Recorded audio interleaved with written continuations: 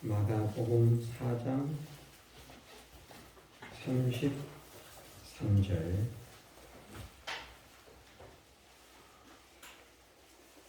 하나님 말씀 마가복음 4장 33절, 34절 두 절 말씀 읽어드리겠습니다. 예수께서 이러한 많은 비유로 저희가 알아들을 수 있는 대로 말씀을 가르치시되 비유가 아니면 말씀하지 아니하시고 다만 혼자 계실 때에 그 제자들에게 모든 것을 해석하시더라. 아멘.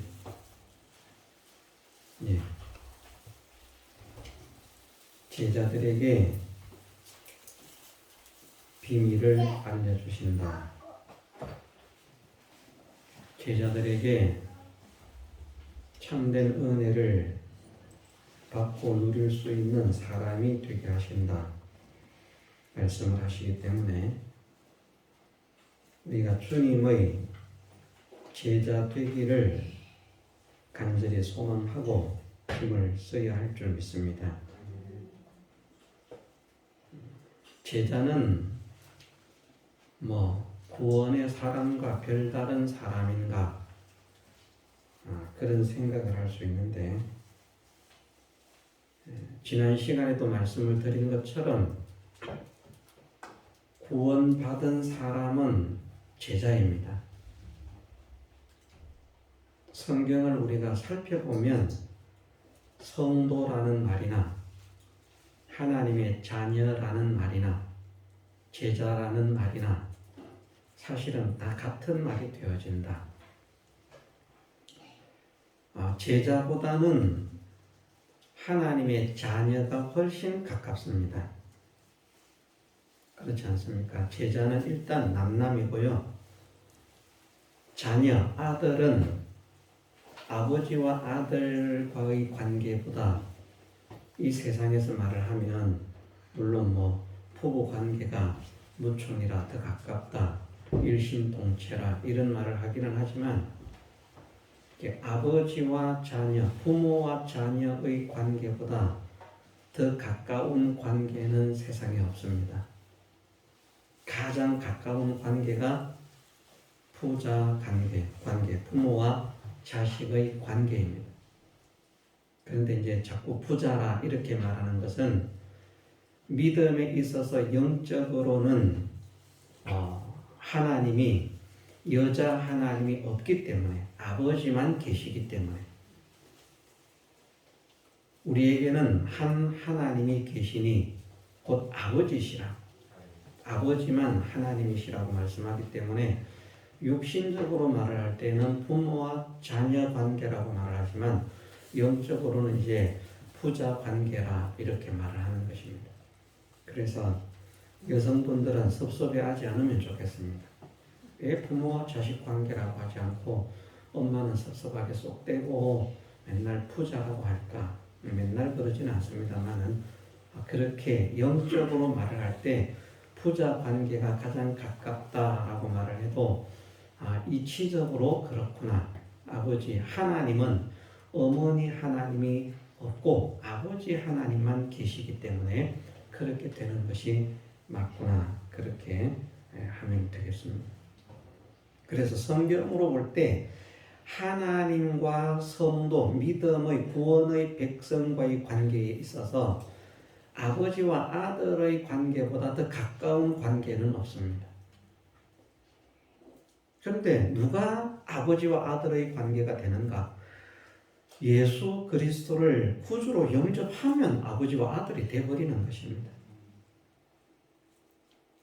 그런데 아들이 된다라고 하는 말씀은 제자의 요소와 함께 추가된 아버지의 것을 상속받는다는 것입니다. 아버지께서 당신의 모든 것을 상속시켜 주시겠다, 물려주시겠다는 약속을 함께 담고 있는 관계가 아버지와 아들의 관계입니다. 그에 비해 제자는 담는 것이죠. 제자는 상속자의 관계가 아닙니다.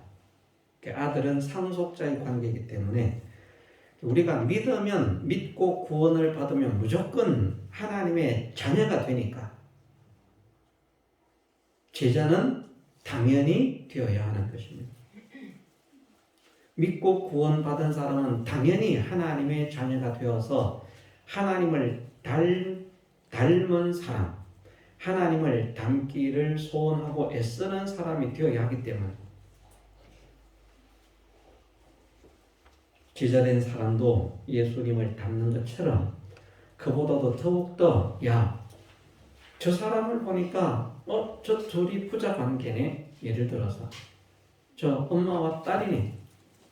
딱 보면 알 수 있는 사람 있지 않습니까?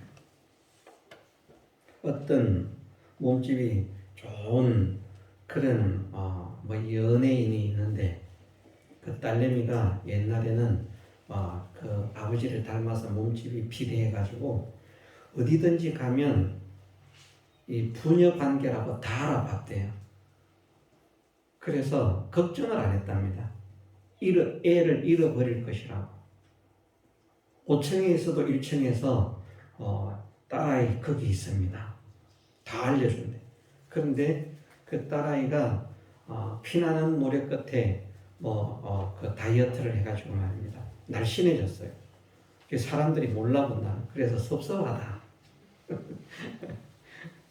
우리 딸이 예뻐져서 기분이 좋다가 아니라 자기를 닮았었는데 자기를 닮지 않아서 사람들이 몰라봐서 부녀지간인 것을 전혀 눈치를 채지 못해서 섭섭하다. 그런 말을 들어봤는데 하나님도 우리가 하나님을 닮지 않으면 섭섭해 하십니다. 우리 일생의 목적이 잃어버린 하나님의 형상을 회복하는 것이라고 하지 않았습니까? 그 잃어버린 하나님의 형상을 회복하는 것이 영의 인도를 따라서 사는 것입니다. 영의 인도를 따라서 살면 하나님의 형상을 회복하는 것이 되어지고 몸의 인도, 육신의 인도를 따라서 살면 육신이 원하는 대로 하면 하나님의 형상과는 점점 멀어진다. 그런데 실제로 우리의 생활 속에서는 우리의 삶이나 생활 패턴이나 행동들이 무엇에 따라서 더 많이 움직이니까 몸을 따라서 몸이 피곤하면 그냥 땅바닥에 나를 부르지 않습니까? 그래서 일어나기 싫고 움직이기 싫고 영은 움직여라 부지런해라. 하나님은 게으른 자 싫어하신다고 그러셨거든요. 믿음의 사람은 게으르면 안 됩니다. 영적으로든 육적으로든 게으른 자를 하나님은 절대 복되게 하지 않는다고 말씀하셨습니다. 게으른 자는 가난하여질 것이요. 자기가 아무리 부자가 되려고 애를 써도 불신자는 다릅니다. 불신자에게 하시는 말씀이 아니고 하나님께서 사랑하시는 자, 하나님의 구원을 받은 하나님의 자녀들에게 있어서는 불신자는 게을러도 복 받을 수 있어요. 그런데 하나님께서 사랑하시는 하나님의 자녀들은 게으르면 하나님께서 은혜를 주시지 않습니다. 자기는 부자가 되려고 애를 써도 영적으로 육적으로 점점 가난해집니다. 그래서 영적으로 육적으로 부유한 자가 되기를 소망한다면 믿음의 사람들은 부지런해야 돼요. 게으르면 안 됩니다. 어쨌든 우리는 부지런히 영의 요구, 영의 인도를 따라서 살려고 해야 되는데 대체적으로 몸의 인도를 따라서 사는 행위가 많습니다. 그래서 신앙에 실패를 하는 것이고 하나님을 닮아가지 못하는 것이고 하나님께서 기뻐하시는 사람이 되지 못하는 것이다. 네, 본문으로만 돌아오겠습니다. 제자의 삶이라. 제자가 되어야 합니다. 제자의 삶이라고 하는 것을 다른 말로 표현하면 예수님을 닮은 삶이라, 예수님을 닮아가는 삶이라 말할 수 있습니다. 예수님을 닮기를 소원하고 예수님을 닮아가려고 애쓰고 예수님을 닮기 위해서 기도하는 사람들에게 하나님께서 진리의 비밀을 깨닫게 해 주신다는 것입니다. 예수님을 닮고자 하는 소원이 아니면 참 진리를 깨달을 수가 없습니다. 그래서 우리는 어떻게 해서든지 예수님을 닮은 사람이 되어야 됩니다. 간단하게 말하면 예수님을 닮은 사람이 되는 것인데 그게 너무나 많습니다.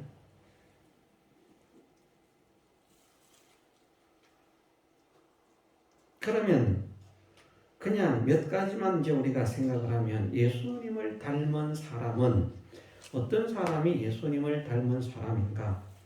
가장 중심적인 것은 아버지의 뜻을 찾고 그 뜻을 순종하는 것에만 온 전심 전력을 기울이는 것이 예수님의 삶입니다.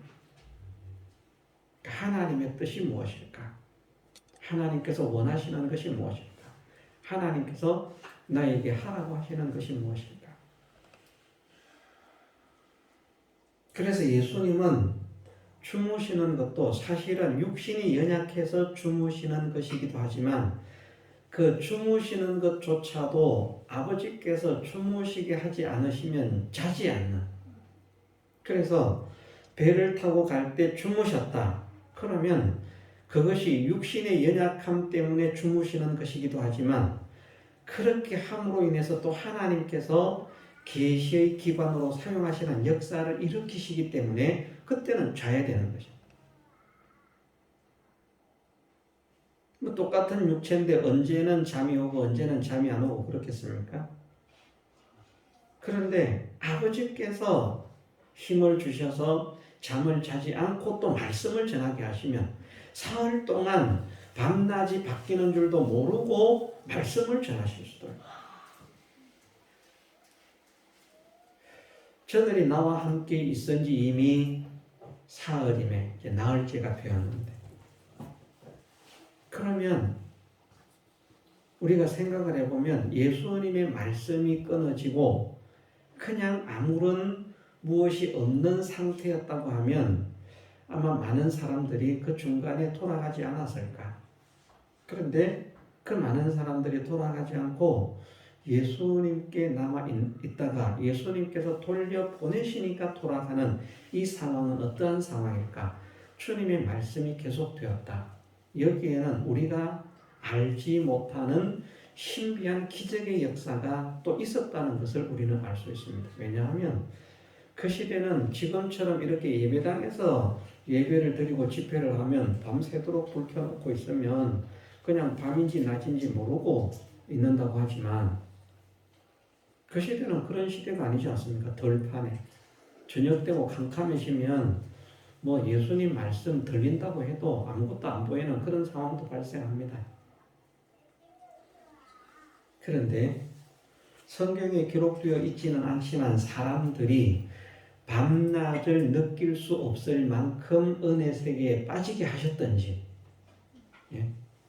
그 말씀에 집중이 되어서 말씀의 은혜를 받는데 밤이 됐는지 낮이 됐는지 먹어야 할 때인지 알지도 못할 사람 중간에 사람들이 먹지 않았다는 것을 알 수 있습니다. 왜냐하면 예수님께서 그들을 보내시면서 하신 말씀이 저들이 돌아가다가 기진해서 죽을까 하노라.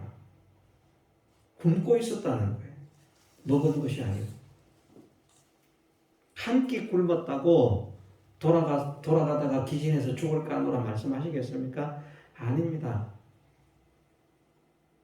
그 말씀을 하실 때가 나흘째인데 사흘 동안 첫 끼는 뭐 도시락 싸가지고 와서 뭐 예수님께 가면 뭐 볼 것도 많고 들을 것도 많더라. 먹을 것 준비해서 가야 된다. 그 어린아이처럼 그렇게 먹을 것을 준비해서 왔는지 모르겠습니다만 그 뒤에는 아마 먹지 못하고 그렇게 3일 정도를 지나가는 것입니다.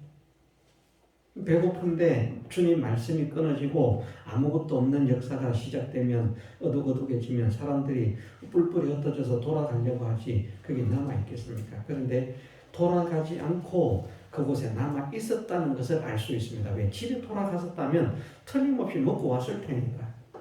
그런데 저들은 지금 3일 동안 쫄쫄 굶고 있었다는 것입니다.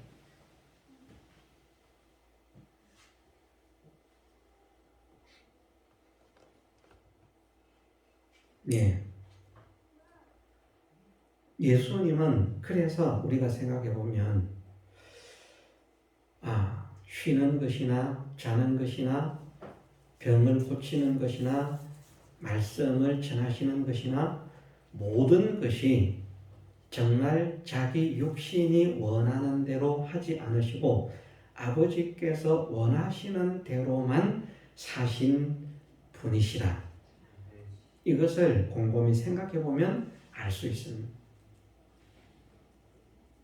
그럼 우리도 예수님의 제자가 되어야 하기 때문에 예수님의 제자가 된다면 예수님처럼 사는 것이 일단 그냥 중심적인 골자입니다. 그래, 내가 원하는 대로 내 생각대로 살지 않고 하나님께서 무엇을 원하실까?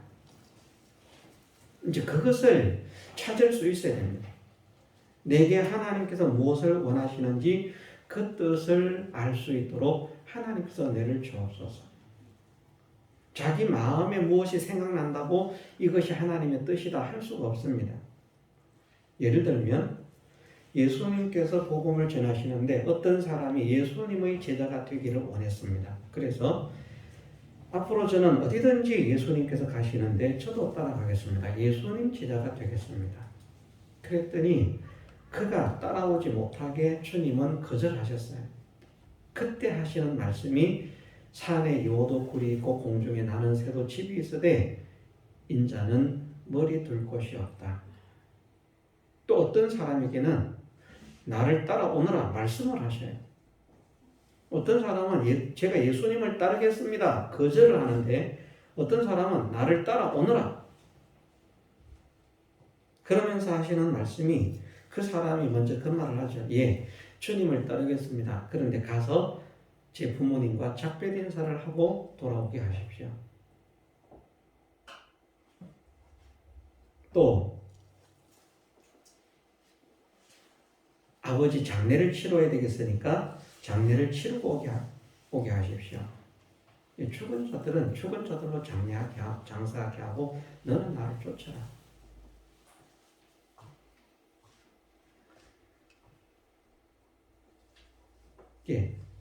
둘 다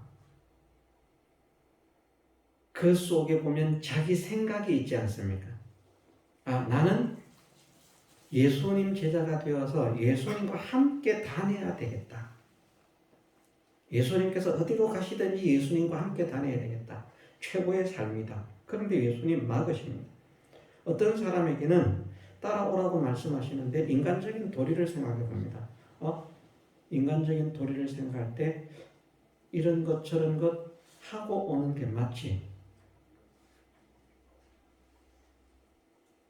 그 두 사람들이 다 옳지 못하다는 것, 예수님을 따르겠다는 것도 일단 어쨌든 그 속에 이제 더 깊은 그런 의미도 담겨 있지만 어쨌든 그들이 가졌던 생각이 자기들 딴에는 좋은 생각이고 바른 생각이고 온전한 생각이고 건전한 생각이고 이렇게 하는 것이 도리적이고 모든 상황과 이치에 맞는 것이라 생각을 하지만 주님께서 판단하실 때에는 그렇지 않더라는 말입니다.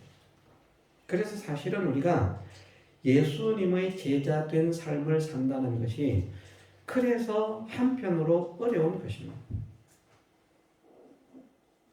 하나님께서 나에게 무엇을 원하시는지 그 뜻을 찾는다는 게 참 쉽지 않다는 말입니다. 선지자가 되는 것도 마찬가지입니다. 선지자가 되는 것도 이스라엘 백성들이라고 하면 선지자가 되기를 소망하는 많은 소망들을 가졌을 것입니다. 그런데 선지자가 되어봐야 거짓 선지자가 되는 것이 다반사입니다.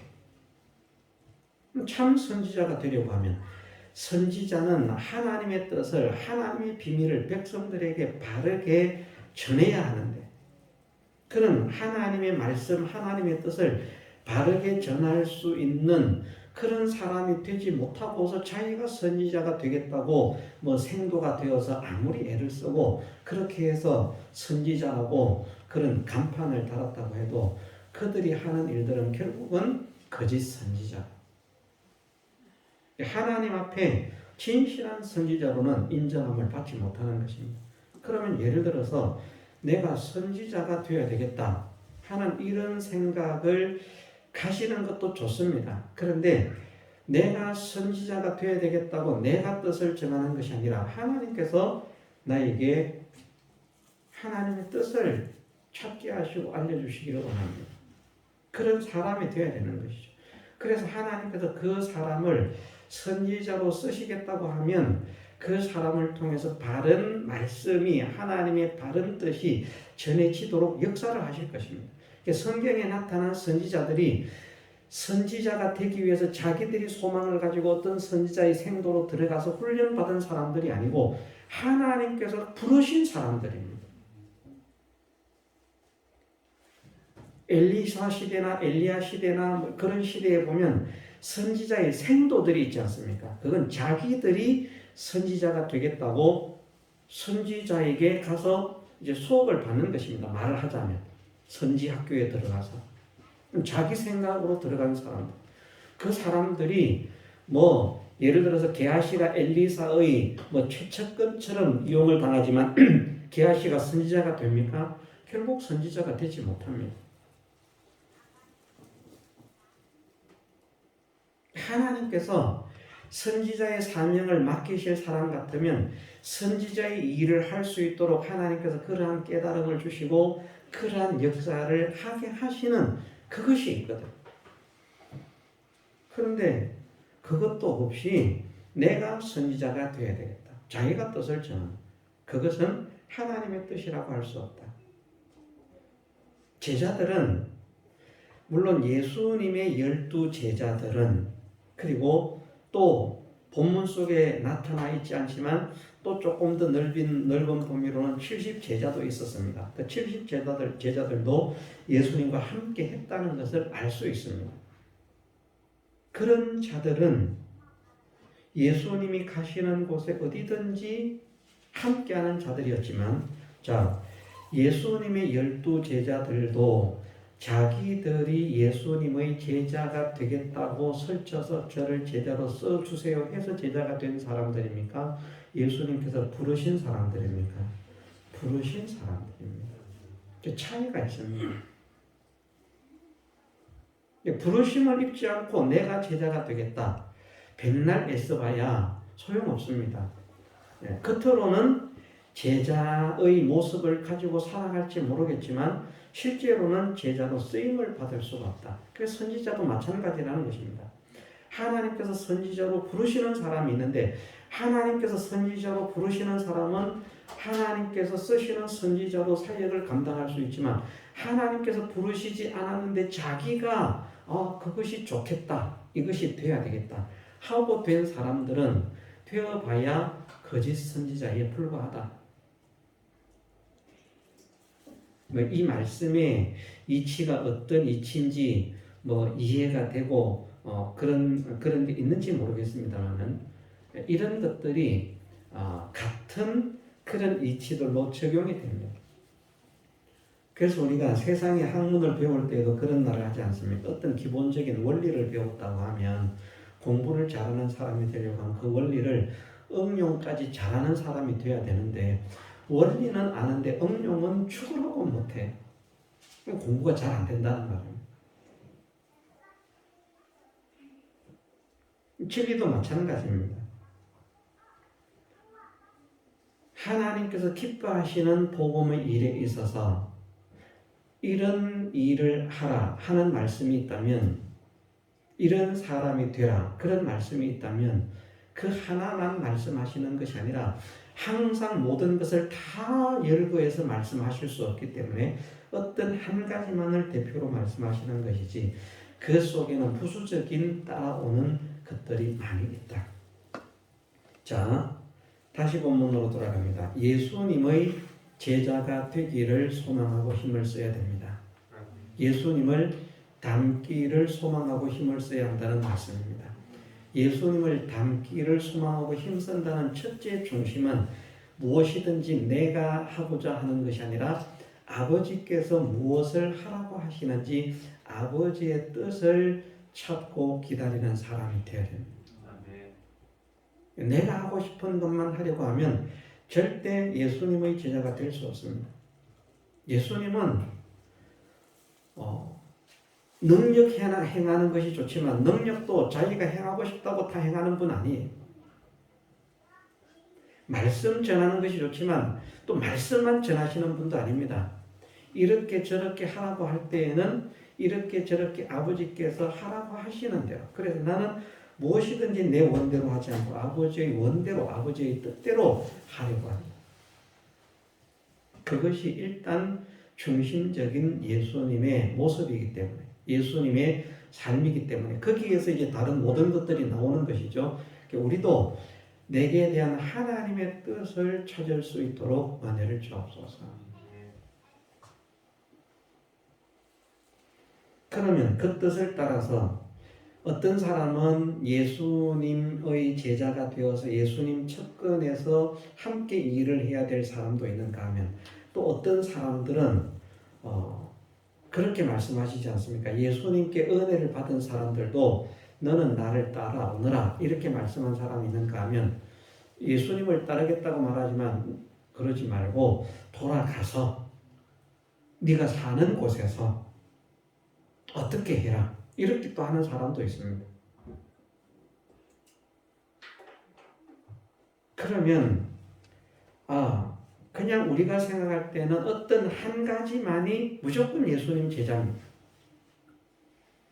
본문으로 생각한다고 하면 예수님 곁에서 예수님을 따라다니는 사람만 예수님의 제자로 생각합니다. 그러나 사실은 그렇지 않습니다. 예수님의 말씀을 듣고 예수님의 말씀에 순종해서 자기가 처해 있는 모든 곳에서 그 사명과 그 일을 감당하는 사람들이 되는 것이, 그것이 예수님의 제자된 삶을 살아가는 것입니다. 자, 바울은 복음을 전하는 데 있어서 누구보다도 중심적인 사명을 가진 사람입니다. 그런데 그가 어떤 일을 하고 있는가? 장막 만드는 일을 하고 있습니다. 본문 속에서 장막 만드는 일이 나타나지 않습니다. 그런데 바울은 분명히 장막 만드는 일을 업으로 삼고 있었습니다. 우리가 생각할 때는 말씀만 전한 사람이에요. 그렇죠? 우리가 생각할 때 보편적으로 일반적으로 생각하면 바울의 직업이 뭡니까? 사도, 말씀 전하는 자. 그런데 바울은 말씀만 전하는 것이 아니라 가는 어떤 곳에서도 장막 만드는 일을 했습니다. 그래서 자기의 생계를 자기가 책임을 졌어요. 그것으로 인해서 자비랑이라고 하는 것이 이루어졌습니다. 복음을 전하는 게 얼마나 가치가 있는 일인데 왜 쓸데없이 장막 만드는 일에 자기의 그 정력을 투자하고 허비할까? 사람들이 생각할 때는 의아해할 수도 있습니다. 우리 바울 선생님 좀 이상한 것 같아. 왜 장막을 만들고 있지? 무엇보다도 소중한 게 사람을 살리는 일인데, 그런데 그것은 하나님께서 바울에게 주신 삶의 뜻이었습니다. 그걸 순종하는 것입니다. 우리가 바울이 장막을 만들었으니까 나도 장막을 만들어야 되겠다. 안 됩니다. 저도 바울을 닮아서 자비랑하는 목회를 소원으로 했지만 결국은 지금까지 자비랑을 못했습니다. 어떻게 보면 몇 년 자비랑을 한 것처럼 보이지만 그것도 제가 일을 해서 자비랑을 한 것이 아니라 다른 사람들의 교단이나 이런 다른 사람들의 후원의 손길을 통해서 어쨌든 목회를 할 수 있는 그런 환경으로 이끌어져 왔기 때문에 순수한 자비랑이라고 할 수 없습니다. 자비랑을 하는 사람들은 그렇게 말할 것입니다. 바울이 최고다. 그런데 그런가? 아닙니다. 바울을 통해서 하나님께서 말씀하시지 않습니까? 베드로나 다른 사도들은 교회에서 사례를 받는다. 잘못된 것이냐? 마땅한 것이다. 오히려 사례를 받지 않는 내가 너희들에게 누를 끼치는 것이다.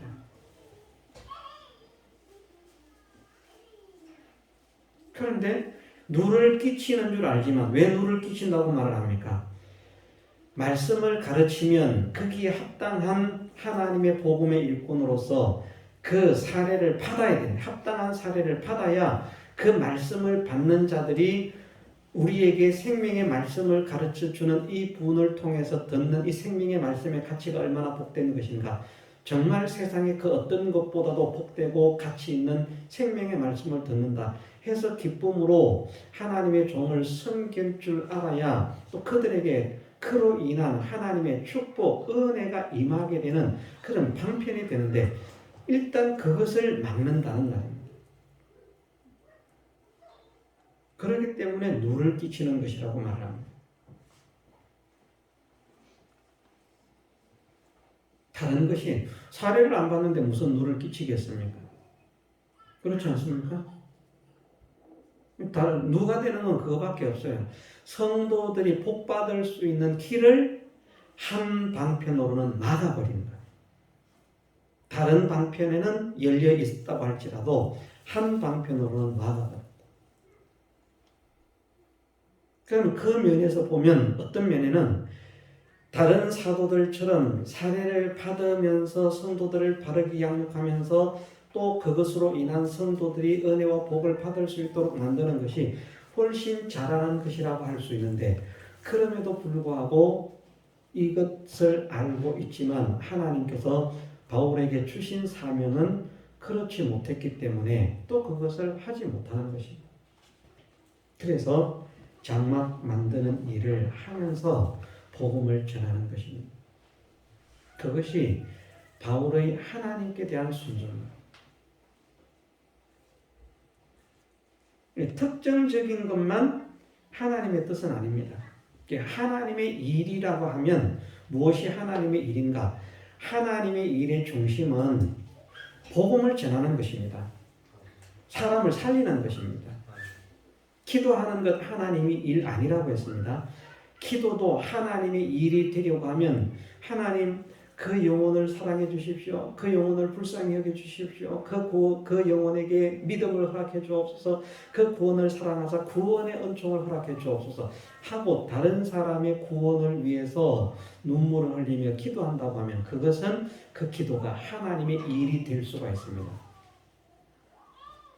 하나님의 일은 예수님을 믿게 만들어서 마지막 날에 다시 살림을 받는 주님의 재림 때에 다시 살림을 받아서 구원의 백성의 대열에 합류시키는 이것이 하나님의 일입니다. 그럼 복음을 전하는 것이 여기에서만 복음을 전합니까? 아닙니다. 이것과 성도를 양육하기 위해서 말씀을 가르치는 것과 복음을 전하는 것은 성경에서 분명히 다른 분야로 말씀을 하십니다. 복음은 어디에서 전하는가? 복음은 여기서도 참된 진리의 복음을 전해야 되지만 자기의 삶의 현장, 현실 속에서 복음을 전하는 것입니다. 만나는 사람들에게, 동료에게, 이웃에게, 친구에게, 가족, 친척에게 복음을 전하는 것입니다. 복음을 전하지 않는 사람은 하나님의 일을 하지 않는 사람입니다. 어쨌든 믿음의 사람은 복음을 전해야 됩니다. 다른 사람을 구원시키는 일이 하나님의 최상의 소원이라고 하는 것이 나만 그런 것이 아니라 예수님께서 나만을 위해서 당신의 일생을 희생하시고 헌신하시고 십자가를 지고 죽으셨습니까? 아닙니다. 모든 구원의 백성을 위해서 그렇게 하신 것입니다. 얼마나 우리를 구원하기를 소원하시면 그렇게 전 생애를 구원을 위해서 당신의 모든 것을 다 바치고 생명까지 바치실 수 있는가? 그만큼 구원을 열망하는, 구원에 대한 뜨거운 소망을 가지고 계신 것을 우리는 그것으로 알 수 있습니다. 구원 때문에 예수님께서 오시고 구원 때문에 사시고 구원 때문에 죽으신 것 아닙니까? 다른 이유 때문입니까? 자, 예수님께서 오시고 사시고 죽으시고 부활하신 게 구원 아닌 다른 이유가 있습니까? 아닙니다. 구원 때문입니다. 그러면 하나님의 일의 중심은 무엇인가 하면 구원입니다. 구원의 역사, 복음을 전하는 일은, 사람을 구원하는 일은 어디에서 할 수 있는가? 우리의 모든 현실에서 할 수 있습니다. 어떻게? 말로 복음을 전함으로 사람을 구원할 수도 있지만요. 내가 믿는 사람이라고 하는 것을 다른 사람들에게 드러내고 내가 다른 사람들에게 칭송받는 사람이 되므로, 칭송받는 사람이 되니까 구원받는 사람을 날마다 더하게 하셨다라고 말씀을 하시지 않습니까? 그래서 제가 드리는 말씀이 저의 말이 아닙니다. 이치적으로 성경적인 진리의 말입니다. 우리가 예배를 아무리 잘 드리고 교회 생활을 아무리 잘해도 자기의 현실 세상 속에서 사람들에게 비난을 받는 사람은 믿음 생활을 잘못하는 것입니다. 나 때문에 하나님께 욕이 돌아가고 나 때문에 교회가 욕을 얻어먹고 나 때문에 믿는 사람들이 예수쟁이라고 욕을 얻어먹는다고 하면 그는 교회에서 11조를 엄청나게 많이 하고 교회 일이라면 모든 것을 제쳐놓고 달려와서 자기의 생명을 다 바칠 만큼 교회 일에 충성을 하는 사람이라도 자기의 주변 사람들에게 저거 하면서 하나님의 일을 하는 것 때문에 욕을 얻어먹는 것이 아니고요. 행동을 잘못하고 말을 잘못함으로 인해서 욕을 얻어먹는다면 그러면 그 사람은 믿음 생활을 바르게 하는 게 아닙니다. 오히려 하나님의 영광을 가리고 복음의 문을 가로막고 있는 하나님의 원수의 길을 걸어가고 있는 것입니다. 그러니까 예수님의 말씀을 생각해 보면 서기관들, 바리새인들, 율법사들이 얼마나 외형적으로는 말씀대로 잘 삽니까? 그런데 그들에게 하시는 말씀이 너희가 교인 하나를 얻기 위해서 얼마나 애를 씁니까? 교인 하나를 얻기 위해서 어떻게 했다고요? 천하를 두루 다니다. 교인 하나 얻는 게 참 힘듭니다. 교인 하나를 얻기 위해서 천하를 두루 다니다가 얻은 적 무엇으로 만들었습니까? 배나 지옥자식으로 만들었다. 자기들도 지옥자식이에요. 몰라요. 우리가 말씀대로 사는데 하나님 하면서 사는데 우리가 왜 지옥자식이야? 우리가 왜 마귀의 새끼야? 우리 보고 마귀 새끼다, 지옥자식이다 말하는 놈들이 나쁜 놈들이다. 우리처럼 하나님 사랑하고 우리처럼 하나님 잘 믿는 사람이 어디 있는데 자기들은 도저히 이해를 못할 것입니다. 어떻게 이해를 하겠습니까? 그런데 그들이 하나님의 말씀을 잘 준행하면서도 율법에 더 중한 바 의와 인과 신은 버리고요. 무엇이든지 하나님께 하기만 하면 부모에게는 할 것도 없다고. 저도 이런 말씀하면 그만 찔립니다만은 왜냐하면 저도 부모님에게 잘하는 사람이 아니거든요.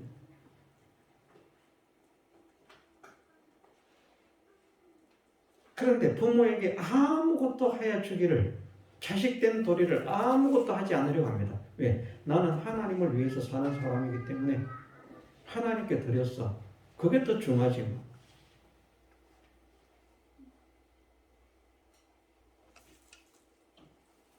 분명히 하나님께서 우리의 삶의 현실 속에서 우리 각자가 처해진 그 현실 속에서 어떻게 믿음의 사람으로서 빛을 드러내고 선한 영향력을 끼치고 다른 사람들에게 이렇게 믿는 것이 바른 믿음의 길을 걷는 것이다라고 하는 것을 알려주는 그런 세상의 빛으로의 사명감을 가지고 살아야 되는데 그런 것을 깨닫지 못하고 그냥 교회 생활 충성하고 헌금 다 하고 하나님의 일은 어쨌든 교회 충성하는 것도 하나님의 일입니다. 예를 들어서 차량 운행도 하나님의 일이에요. 왜냐하면 하나님의 말씀을 들을 수 있게 하는 일에 쓰임을 받는 일이잖아요.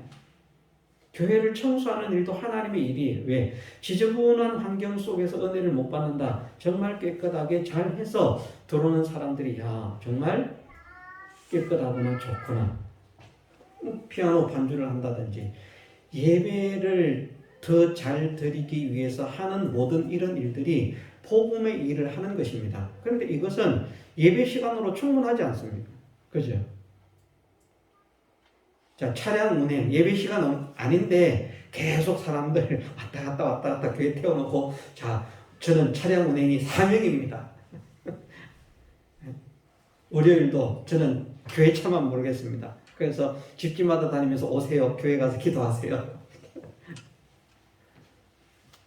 물론 잘하는 것이 그런데 그렇지 않습니다. 하나님께서 우리 각자에게 주신 현실이 있고 처해진 환경이 있는데 거기에서 어떻게 내게 주어진 사명들을 잘 감당하는가. 같은 일을 해도 하나님을 믿는 사람이기 때문에 저 사람은 정말 진실하게 일을 한다.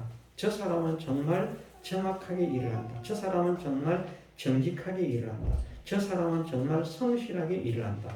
저 사람은 정말 일을 잘한다. 이런 말을 들어야 그것이 하나님의 복음을 전하는데 유익된 사람으로 빛을 전하는 사람으로 살아가는 것입니다. 예수님은 메시아로 오셨기 때문에 그런 삶을 살아야 돼요. 우리가 다 메시아는 아닙니다. 그렇지 않습니까?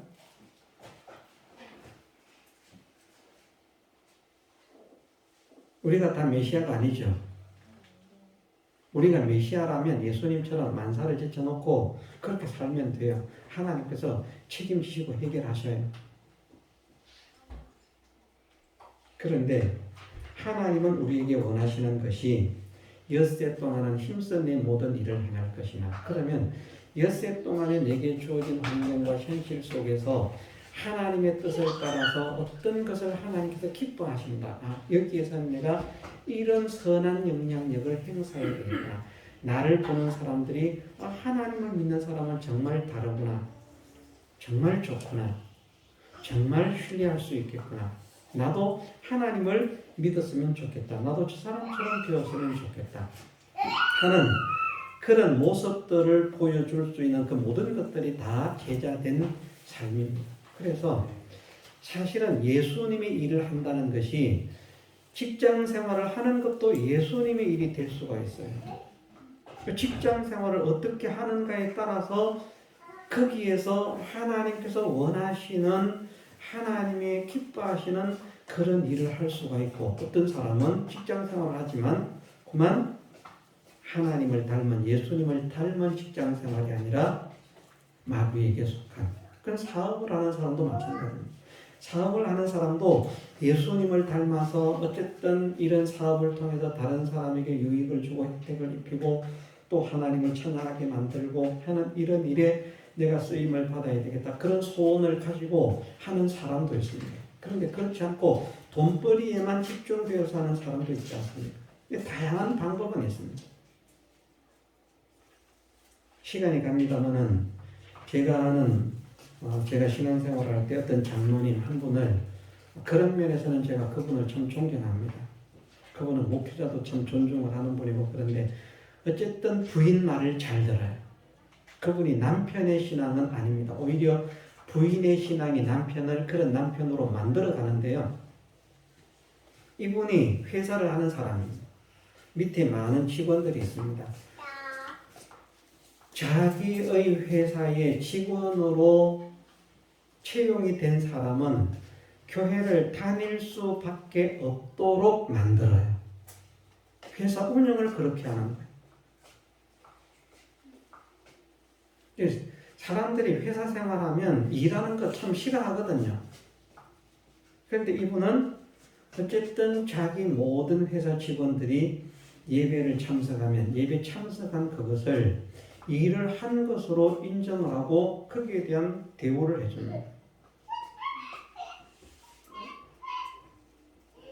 옛날은 주일도 쉬는 게 쉽지 않은데 그래서 그 회사에 들어온 사람들은 보면 수요일 예배도 다 참석을 하고 금요일 같은 경우 이제 저녁 예배를 드렸습니다만 금요일 저녁 예배도 참석을 하고 그 다음에 주일 예배 참석하는 건 당연한데 심지어 어떤 사람들이 되는가?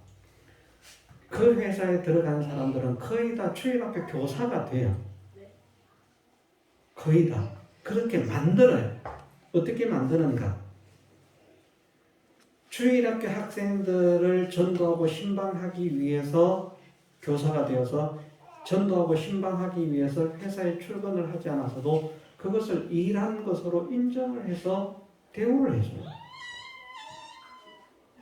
밖에 나가서 놀든 뭐 어쨌든 그건 개인의 양심입니다. 또 구역 식구들이 이 산기도를 가는 일이 있었습니다. 기도실이 있었기 때문에, 기도산이 있었기 때문에 산기도를 가는데 구역 식구들 산기도를 가는데 오늘 저도 산에 가서 기도를 하고 오겠습니다. 산기도를 가면 그걸 결근 처리가 아니라 일을 한 것으로 인정해요.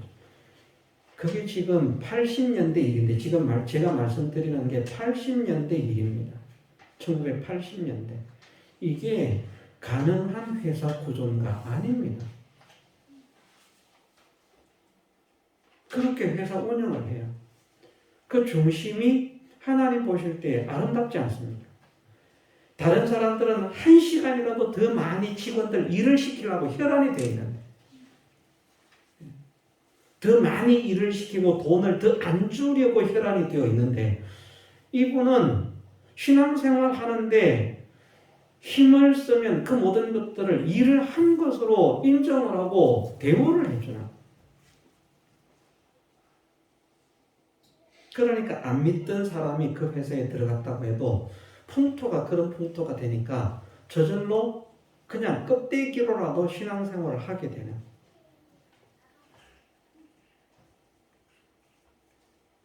하나님께서 그분의 회사에 은혜를 베풀어 주셔서 복을 주셔서 IMF가 터져도 뜨겁고요. 그 잘 되게 하시고 진짜 천인 만인이 곁에서 우편에서 엎드러지는 그런 환란의 역사가 일어나도 다른 사람들은 다 그런 사업들이 어려움을 겪는다고 해도 전혀 어렵지 않게 하시고 오히려 더 평탄하게 하시는 그런 은혜를 체험받는 그런 역사를 일으키는 분들. 그런 분들이 복음을 전해서 뭐 교회에 붙어 있어서가 아니라 그 사업을 하면서도 복음의 일을 하는 거예요.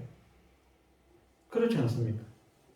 자기가 사장으로서 자기의 직원들을 하나님을 믿는 사람으로 그러면서 또 은혜를 못 끼치면 막 욕하고 막 학대하고 이러면 또 되겠습니까? 안 되지 않습니까? 사람 인품이 또 괜찮아요. 겸손하고.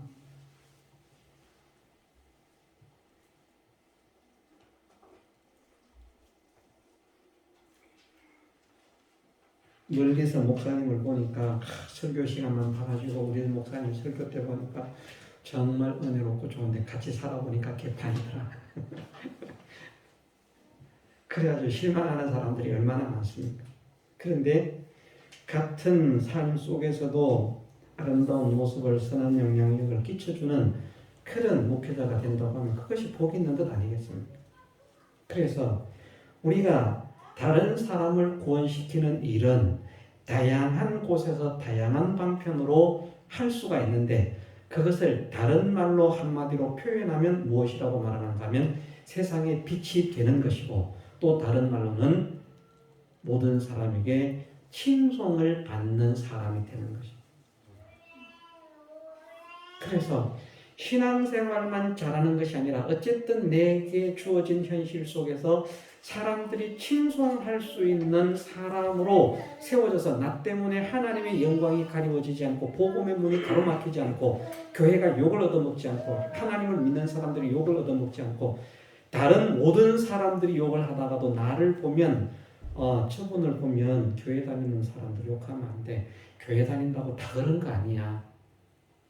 예전에는 교회를 욕했던 사람이라도 믿는 사람을 욕했던 사람이라도 옆에서 교회를 욕하고 믿는 사람을 욕하는 사람이 있을 때에 예전엔 자기도 욕을 했던 사람인데 사람이 바뀌어서 아니야 교회 다닌다고 다 그런 거 아니야.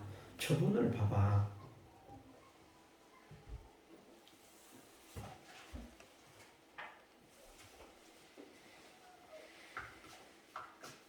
그렇게 우리가 우리의 처해진 모든 현실 속에서 저희로 하여금 너희의 착한 행실을 보고 하늘에 계신 너희 아버지께 영광을 돌리게 하라. 그것이 제자된 삶입니다. 하나님께 영광을 돌리지 못하면서 자기가 열심히 하는 것은 다 사실은 삐뚤어지는 것이다. 바리새인들이 그런 결과를 낳았다는 것입니다. 우리가 그런 사람이 되지 않아야 됩니다. 열심히 전도해서 배나 지옥 자식 만들. 우리 교회가 그런 교회가 되면 안 되지 않습니까? 완악하고 강파, 신앙생활을 하면 할수록 자기 중심적인 사람이 되고, 자기만 챙기는 사람이 되고, 자기만 아는 사람이 되고, 다른 사람은 다 무시하는 사람이 되고. 그러면 우리는 점점 더 악해지는 것이거든요. 그럼 점점 더 배나 지옥 자식이 되어가고 있는데 그걸 깨닫지 못하고 우리 교회가 똘똘 뭉쳐서 잘되고 있다고 힘을 내고 있다고 우리는 최고입니다. 성장하고 있다고 우리가 최고입니다. 이러면 하나님 보실 때 얼마나 안타까운 상황이 되겠습니까?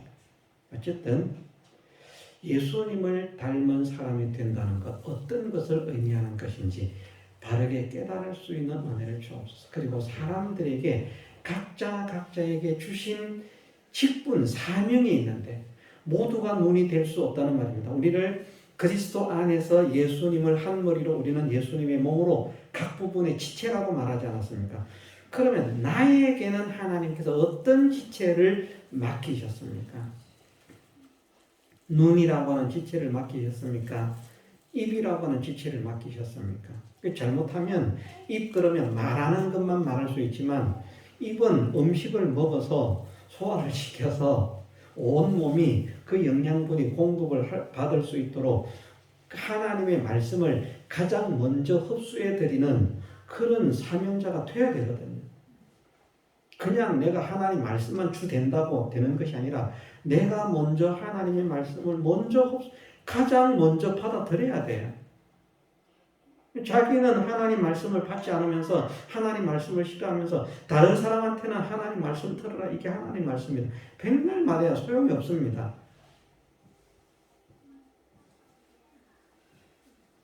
입은 말하는 지체만 되는 것이 아니라 음식을 섭취하는 최일선의 선봉장이 되는 것이기도 합니다. 그래서 우리가 몸의 각 지체인데 나는 과연 어떤 지체에 해당하는 것일까요? 그것이 하나님께서 사람들에게 맡기신 사명이요 달란트가 다른 그런 역사들인 것입니다. 그것을 깨달을 수 있도록 하셔서 그 사명을 잘 감당할 수 있는 충성된 종이 되게 하옵소서. 이것을 기도하고 힘을 쓰는 우리 모두가 되게 해주시기를 주님의 이름으로 축원합니다. 다 같이 통성으로 기도드리겠습니다.